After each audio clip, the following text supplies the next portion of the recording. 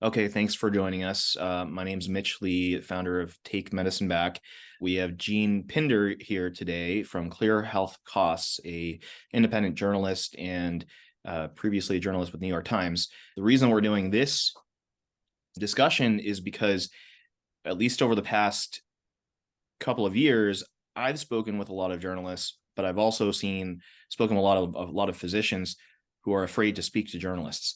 So I've learned a few lessons, I guess. I haven't been burned, I don't think, in the way that I think a lot of physicians are worried about, but there are a ton of considerations, and we get very frustrated that our story is not getting out there. But at the same time, we're very hesitant to actually talk to the media, and the media doesn't really have what they need to tell a cohesive story. So I was hoping that we get a presentation from Jeanne Pinder, a little background, get to understand how journalism works in different facets, and then have some time to do a little question and answer. And then we'll have a physician only panel to talk about, our experiences and good and bad with the media. So without further ado, Jeanne Pinder, thanks for joining us. Thank you for having me. It's really great to be here. Nice to meet all of you. I'm really honored to be able to be here and talk with you. I do think that we're on the same side. Like, we're really the only uncompromised parties in the system. Insurance companies, our lawmakers, our regulators, pharma, like, there really isn't anybody else who's uncompromised in the system. We really are on the same side. And as a consequence, I do think we can really have an effect on the system. With what we do here at ClearHealthCosts, we write not only on our home site, but also in partnership with other big news organizations. And when we do that, we have a really big megaphone, and we've actually managed to get legislation passed. Interestingly enough, if we're in the right place at the right time, telling the right story to the right people, we can get legislation passed. But it is about the story. And there are different ways of thinking about the story. Like, for example, Mitch mentioned I talked to Marianne Mast today, and I talked also to somebody else who was telling me a story about a little girl in Texas who died because she was seen by a lower qualified person 2 years ago. Like, for us as journalists, that story has already been written, and it's an important story and one that could be used to further this storytelling approach. But since it's 2 years old, it's kind of not exactly what we're really after. I always stop here and say I was at the New York Times for almost 25 years. And what I bring to this is New York Times quality journalism and ethics, thinking about how to be honorable, how to be true, how to do great journalism, how to not harm people, so we always say, afflict the comfortable and comfort the afflicted. So that's what I'm here for. I could show you a little bit about our site, but I thought maybe I'd start in by talking about some of the things that I kind of know by heart about sourcing in journalism. So I do this workshop for people who want to think about how to get press. And I try to urge people to think about press as different things. It could be the New York Times, it could be your alumni magazine, it could be Medscape, it could be Stat. Like, everybody wants something slightly different, but some standards are very clear, right? The New York Times and ClearHealthCosts are going to be very different from a tech blog that's just trying to bang things out. I also invite people to think about, why do you want to get press and why people want to write about you? So what are your goals going in? Do you want to expose evil doing? Do you want to save a patient's life? Do you want to make sure that the corporate practice of medicine is squelched in its tracks? Like, there are different ways of thinking about doing this. And I think that when people talk about press, they don't always think about what their goals are. I'm also very interested in inviting people to think about what you are afraid of. Like, are you afraid of losing your job? Are you afraid of losing your income? Are you afraid a patient will die if you don't talk? So knowing about what you want to, what you're afraid of and what you want to get out of it. There's some things that we can do to affect, like, for example, when I talked to Marion today, it was quite interesting because she had collected several stories that she could then tell to me. So speaking through an intermediary like Marion is one way that you can protect yourself from that while you're thinking about what you're afraid about. Thinking also about the positive impact of good press and the downsides of bad press. I realized more and more how the job security thing affects you. And that's something that I really was aware of, but not fully knowledgeable about until I joined this fabulous group. I would ask you all to remember that we're on the same side. So the reporter wants a great story. You want your story told. We really are allies here. One of the things that I usually suggest that people think about before they talk to somebody is what I usually do. Like when Mitch came across my radar, I scrubbed him. We call it scrubbing. You research your targets on Google, on LinkedIn, on Muckrock, on Twitter and Facebook. Like, who is he? What's he all about? What's his public persona?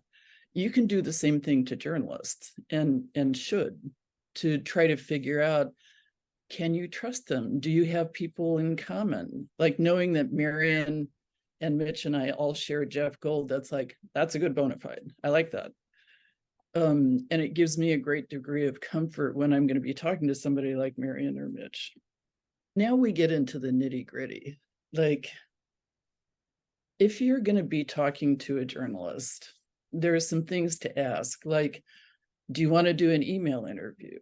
You have much more control over an email interview because you can sit there and parse your words, answer a question, make 2 sentences instead of, I have a tendency to ramble on in an interview. So I like to ask for an email interview if I can, because it forces me to be more concise and more pointed and more specific. Sometimes the reporter will say they want to do a phone interview. Sometimes they want it live. They say we're going to go straight to broadcast. How you think about those things is going to affect your willingness to have that conversation and how to have the conversation. Because if whatever I'm saying now is going to go directly to a podcast, then I have to make sure that I'm very clear about what my messages are.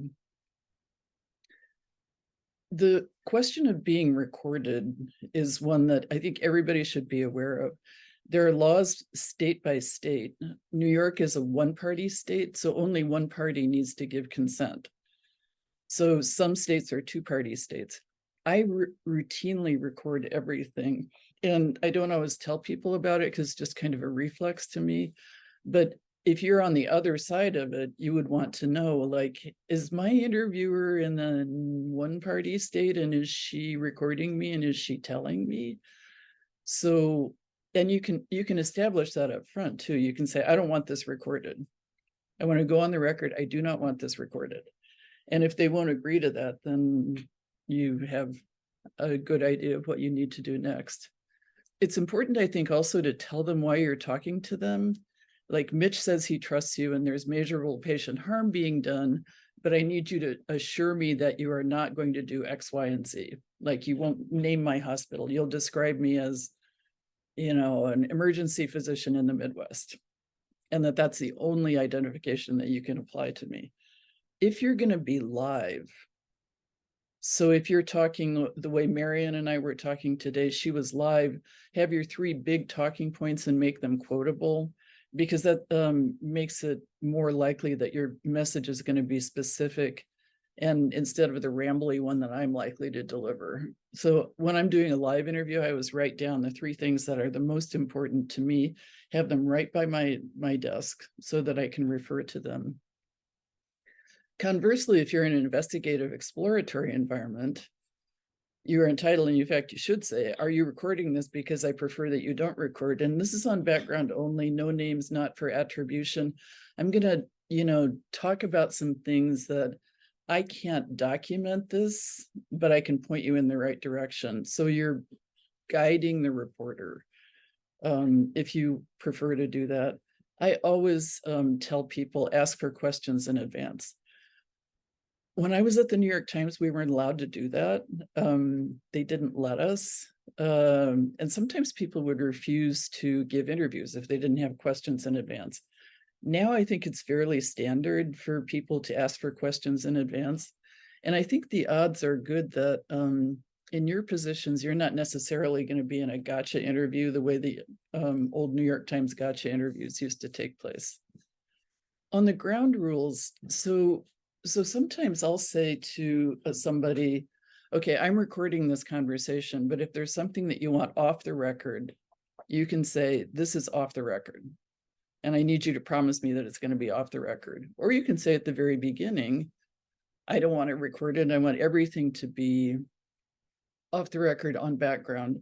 You can say that you want to be completely anonymous. You can say that you want your name used. There are a lot of reasons for people to want their names used. Like, for example, if you were going to trial on a wrongful termination suit, like maybe you would want to have your name used. Maybe your lawyer would tell you you can't talk, but there are ways of thinking about this as you go in. There was one person from Take Medicine Back who had a long and interesting conversation with me.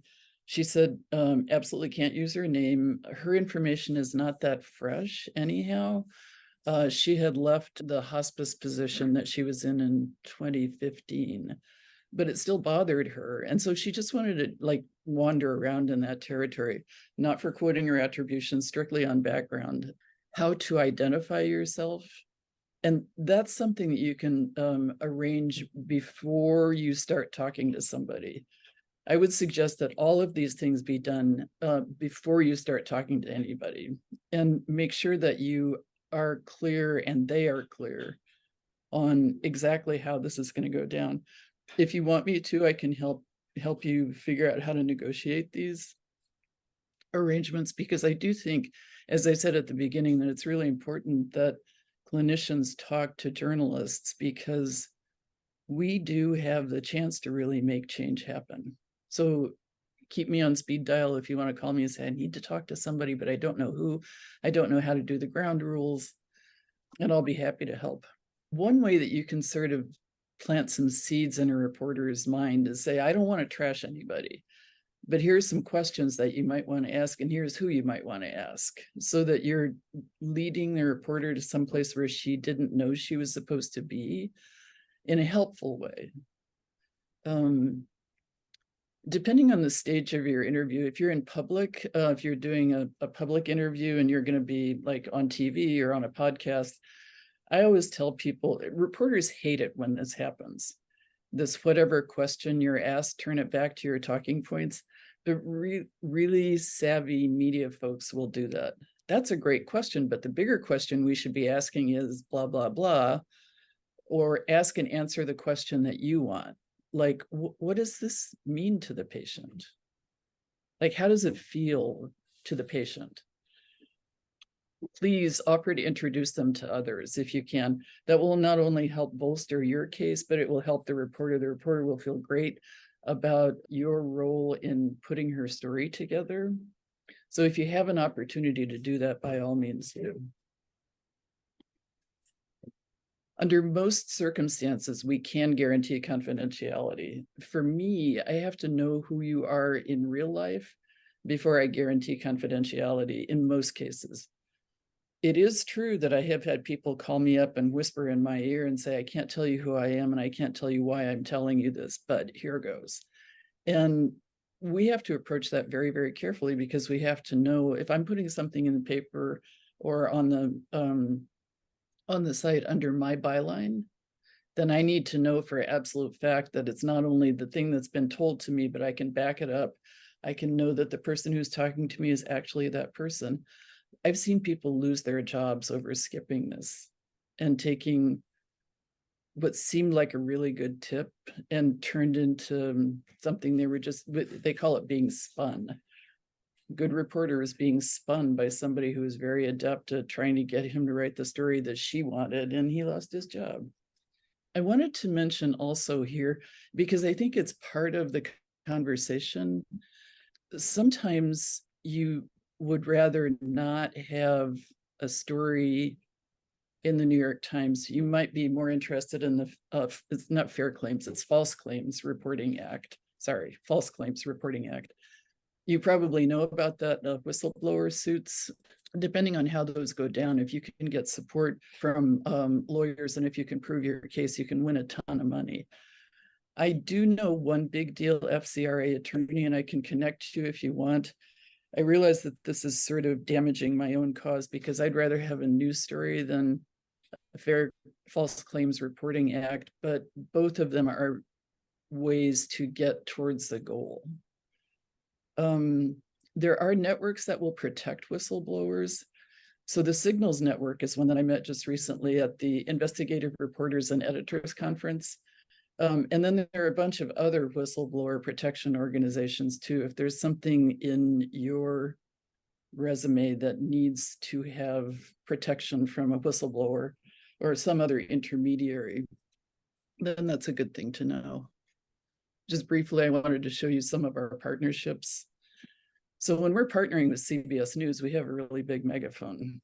When we were partnering with Fox 8 Live and NOLA.com, the Times-Picayune, also a very big megaphone in the New Orleans area.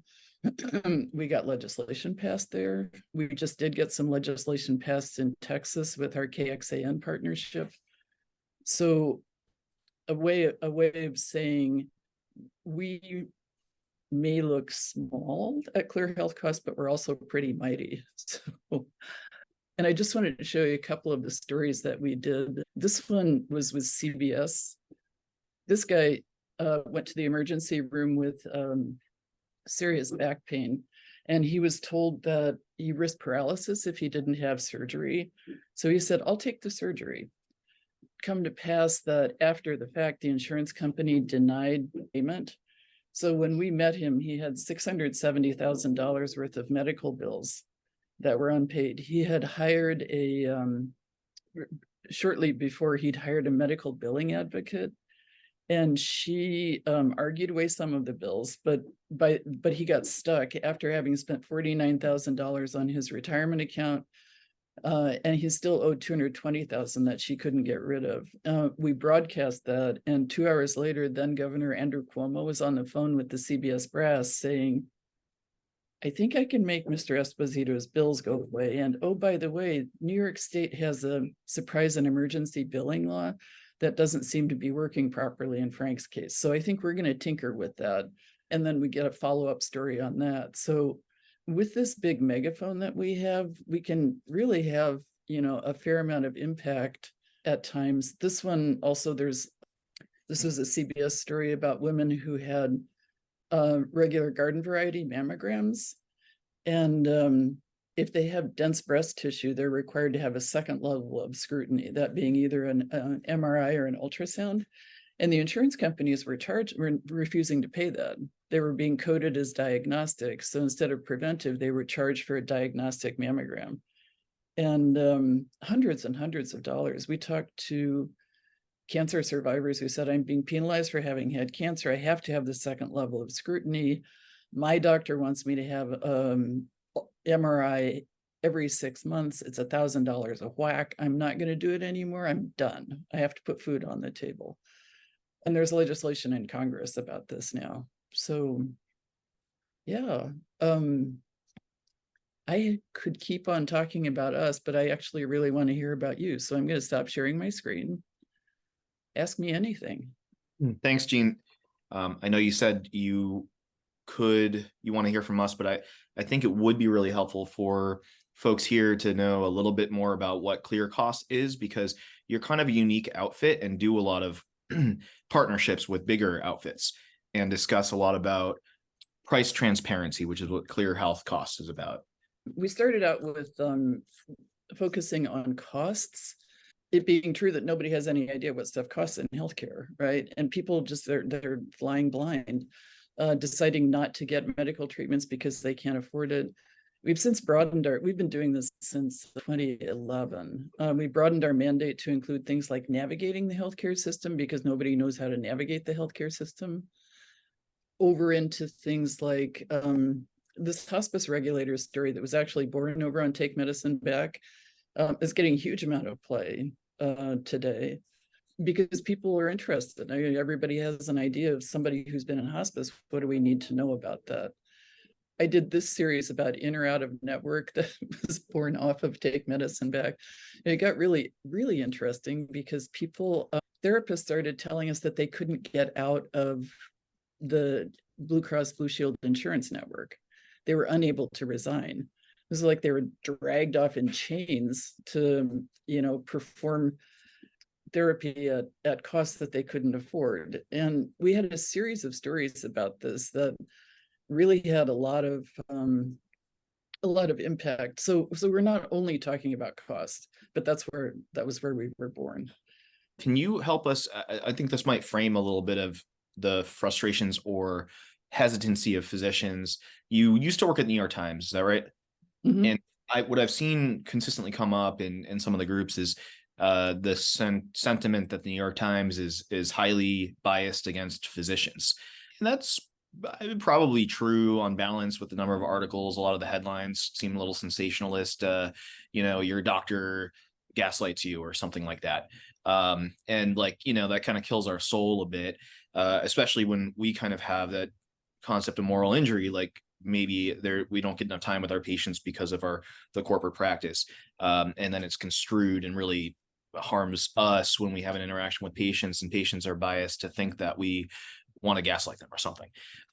So there's maybe a loaded question, but I'm curious your experience at the New York Times and how and why you went independent, and if ClearHealthCosts is independent, and what's the different dynamic when you're dealing with a big giant outlet like New York Times versus something like you have? Right. So I covered everything but health costs at the New York Times. I was a Soviet and East European expert. I covered metropolitan business. I was on the Metro desk for September 11th. Did some stuff in the softer sections like dining, house, and home. I never did anything about health costs or health in general. So I don't know that much about the Times's coverage in that regard. The reason I left was because they had a really good buyout in 2009. And I thought, well, I don't know. I've done a lot of great stuff here. I've been here for 25 years, not sure what the next thing is going to be. And when I volunteered for this buyout, I didn't have any idea of what I wanted to do. But I did have an opportunity to join a class at the CUNY Graduate School of Journalism that wound up winning me a $20,000 grant from a jury of internet bigwigs and venture capitalists and stuff like that who thought I could build a company telling people what stuff costs in healthcare. And then I jumped in. I didn't know anything about healthcare. I'm kind of learning on the job, I guess you could say. I am sorry to hear that about the New York Times being anti-doctor. I don't think I feel that from them, but now that you've sensitized me to it, I will be thinking about it. Some people have, provided, here's a list of all the articles that seem a bit like they are anti-doctor. And we had one New York Times, the moral crisis of physicians, that went into the New York Times magazine recently, which wasn't bad, although my entire interview was cut from it. And actually, so on that note, though, what I'm curious about is, in your outfit, are you the editor and the journalist? Because I've had weird experiences where I get the journalist who's like totally on my side and they're great. And they're like, oh, my editor killed it. And I'm wondering on that. And then we'll go to Leah. Yeah, that happens. I'm both. I'm chief cook and bottle washer. I do have freelancers writing for us. They pitch me stories. I assign them stuff. But yeah, I'm the decider. So that seems like a different dynamic than working with a big outfit. Dr. Davis? Yeah, thanks. One thing that frustrates me a lot is journalists lumping together everyone as doctor. And they'll say, like, your doctor said this, or here's the outcomes of doctors. And I've spent some time individually emailing some people and asking them, or for example, like, best physician award goes to so-and-so NP. And so I've spent time emailing people and saying, like, you can't give a physician award to an NP because they're not physicians. And I try to use words like, journalistic integrity, and you should do your research about the people that. So, but that's all after the fact. Like, number one, is that a waste of my time after the fact, going after all those people? And number two, do you have any recommendations for how something we can do to get ahead of this? Like, I feel like people that are reporting in healthcare should understand the differences in healthcare titles, and they either don't or they're choosing to just, I mean, we even have scientific articles that are coming out, and after the fact we ask them, did you differentiate between the care that was provided by a physician and by a non-physician? And they're like, no, we didn't do that in this study. And I think in our climate now, with so many non-physicians providing care, we need journalists to really understand that and separate those things out. Yeah, I think that's a great point. And I think it's a great opportunity to think about on the front end, when you're having your first conversation with your brand new journalist friend, is to say, here's something that I'm not sure everybody knows. It's this, describing what you just described, because we're not all knowing. Nobody's all knowing, but we're definitely not all knowing. We're curious journalists as a rule, but we need educated too. And if there's somebody that you're having a conversation with for the first time, you could say, oh, there's this one thing that I want you to know about. And then definitely, I think after the fact, because I do feel like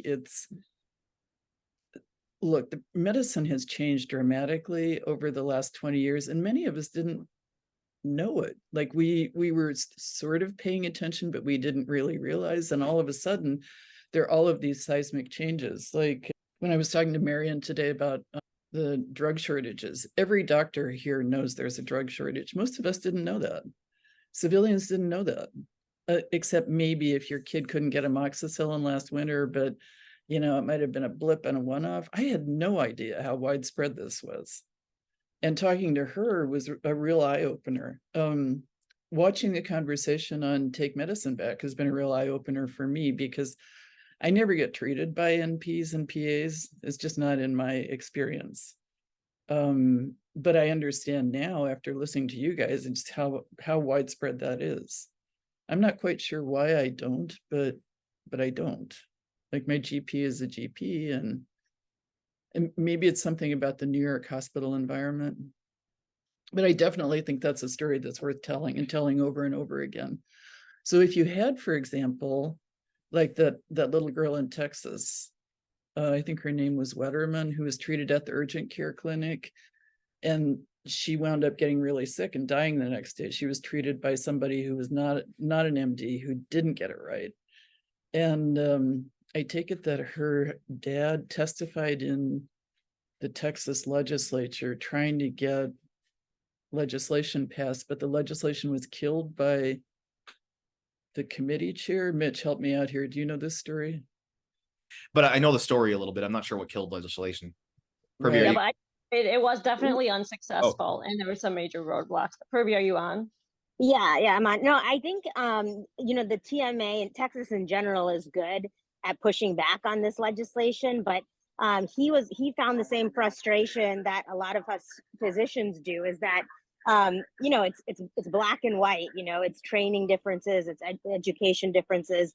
I mean, if you tell someone that this person has 5% of the training, it's like it should be like eye-opening. Yet I know he had a lot of pushback from journalists, as well as from the legislature. We finally did get it on News Nation.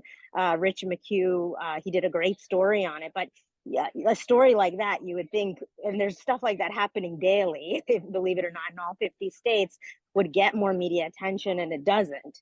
And we bring these stories to the media, and it's frustrating, because I'm surprised that journalists wouldn't want to expose this scam, that's happening to Americans. No, I'd be interested in writing the stories about that.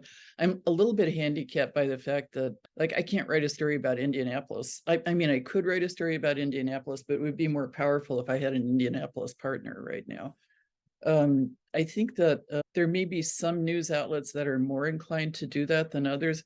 If you have a question, if you have a story like that, bring it to me and let me help you figure out how to place it.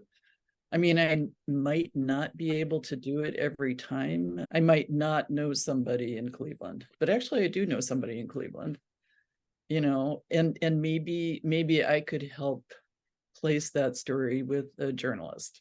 Maybe. I don't know. I'm not promising. But that would be great. Yeah, use me. So actually, that's maybe a good segue. Just to ask, where are you based out of? Just north of New York City. Okay. But we And do have partnerships across the nation. And some of them are, yeah, we have different partnerships across the nation. I'll put my email address into the chat, Burby. great. And then Corinne says, what do you think about patients wanting to remain anonymous? And I guess I would, add to that or reframe that, like,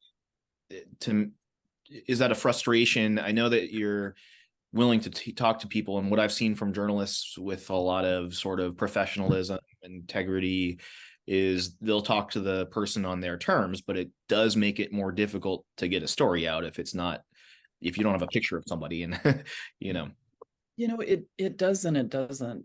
I've been a journalist, sadly, since I was 13 years old, thanks to my family's child labor policies at the family rag in small town Iowa. We do it all the time, but we do it different ways. Like, I've had people who try to sell me stories that were completely self-serving and could not be authenticated or substantiated by any other thing, and run really quickly in the opposite direction. But if you're a physician and you have something that is real patient harm, can be documented, you might have a patient who's willing to go on the record too. I don't have to have your name. I don't have to use your name, but I do want to know it. I want to know, one of my opening requests from people when they reach out to me is, can you connect with me on LinkedIn? And that way I know if you're a real person, if you're, it's like a shorthand way of saying, oh, you did go to George Washington University and you are practicing it wherever. So that I'm what I mentioned before in the ground rules, like I scrub people before I talk to them. I'll look for your social media profile if you have one, but I don't have to use your name. I don't have to use your name. So you just want to make sure that you're not getting misled by like a Russian bot. Like, you want to make sure that this is a real person, that you can trust the source, even if you're not going to name them. Yeah. And I might wind up asking, for what you consider an unreasonable amount of time on Zoom. Like I might ask for a couple hours on Zoom because I get your body language and ask some questions and see whether you get a little bit twitchy when I ask you a question that like.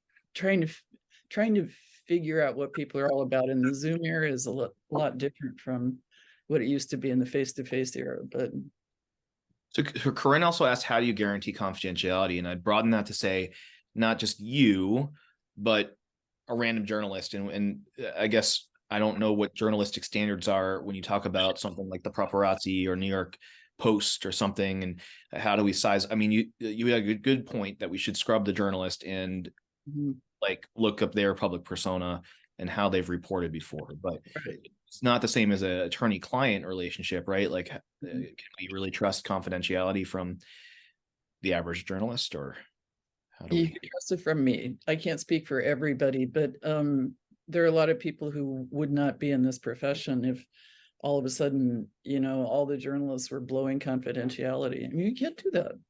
You can't do that. So it's kind of their reputation that keeps them. Yeah. And you will find, I'm sure, at some like a small outlet where their advertising comes from the hospital, you might find them to be really gun shy about that. That is, I have seen that happen with us. Actually, we had a potential partner in a big city that I won't name, a news partner. And they came back to us and said, we can't do that. Our weather helicopter is funded by big hospital Y. And I'm like, okay, I get it. I don't want to partner with you either. Thank you very much. Not under those circumstances.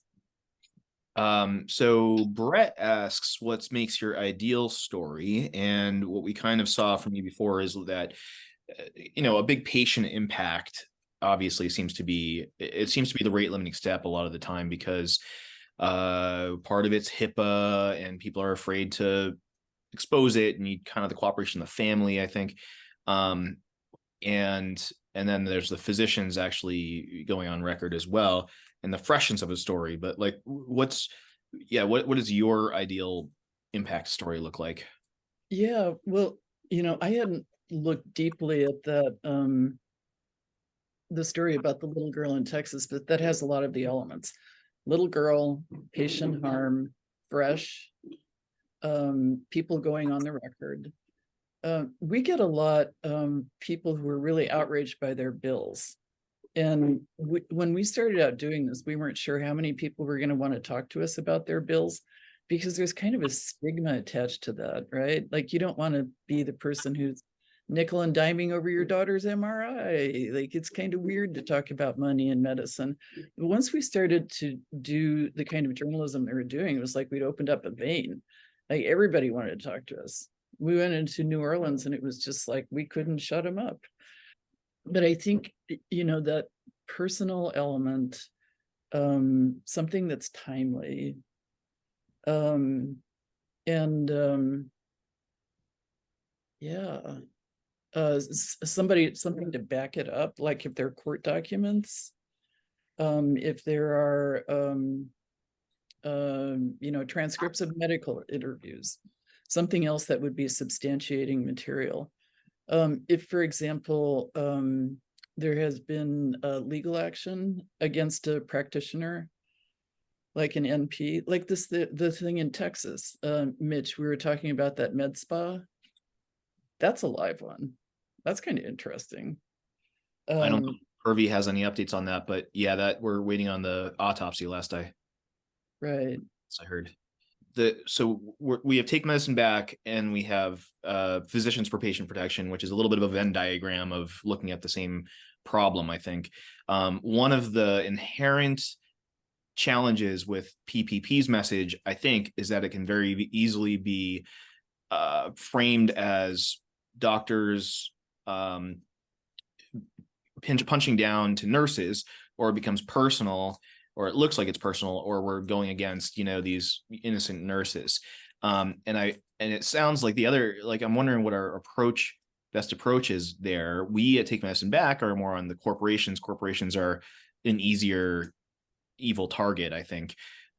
Can we reframe this? You mentioned with cost, I think people might feel a little more pissed off when they are paying for a doctor, or they're paying more, and then they're getting somebody with 5% of the training. Like, that's a corporation ripping them off. And I'm wondering what your thoughts are on how this whole issue might be reframed to best resonate with journalists and the public. Yeah, I think, so we all have like so many things that we have to be concerned about right now, right? Climate dread, and then there's political landscape, and then there's, did the baby just throw up? And it's like trying to elbow your way into people's attention span.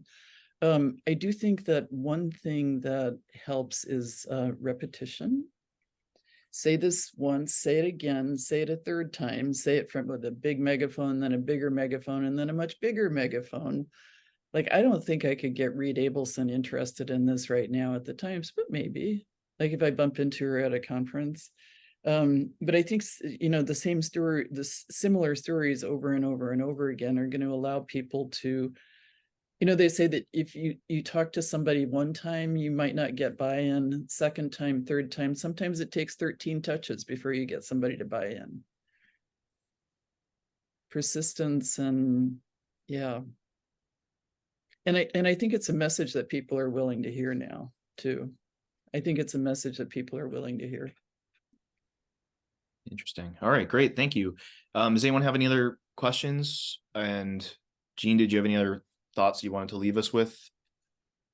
I just, reach out. Let me know if there's anything that I can do to help. If you have questions about a journalist, how to frame it, if you have a possible tip where to plant it, reach out. Please let me help.